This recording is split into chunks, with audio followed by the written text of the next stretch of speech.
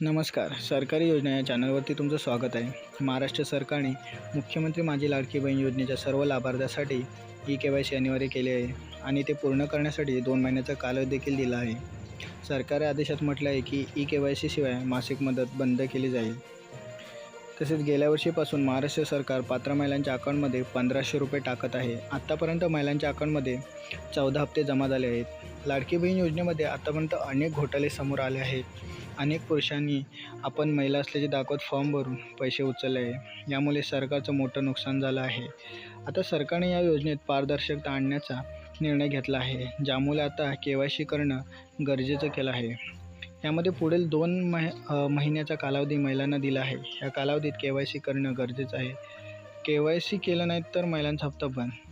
मात्र अनेक महिलांना के-वाय-सी करण्यासाठी OTP येत नाही आहे. के-वाय-सीची प्रक्रिया पूर्ण करताना अनेक जणींना तांत्रिक अडचणींचा सामना करावा लागत आहे. अनेकांना आधार क्रमांक टाकल्यानंतरही आवश्यक OTP येत नाही आहे. यामुळे लाखो महिलांना के-वाय-सी प्रक्रिया ही पूर्ण होऊ शकत नाही. ही एक तांत्रिक समस्या आहे. के-वाय-सी प्रक्रिया करण्यासाठी महिलांना स्वतःचा आधार क्रमांक नोंदवावा लागतो. ज्यानंतर पुढील प्रक्रिया पूर्ण करण्यासाठी त्यांना पती किंवा वडिलांचा आधार क्रमांक नोंदवून आधार प्रमाणीकरण करावे लागते.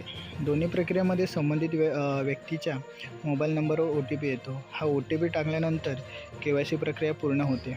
मात्र OTPच येत नसल्याने अनेक महिलांना यात गोष्टीचा त्रस्त झाला आहे. के-वाय-सी प्रक्रिया पूर्ण करण्यासाठी सरकारने 2 महिन्याचा कालावधी दिला आहे. मात्र यामध्ये तांत्रिक समस्या येत आहेत. हे पाहता सरकार काय निर्णय घेईल हे पाहणं महत्त्वाचं ठरणार आहे.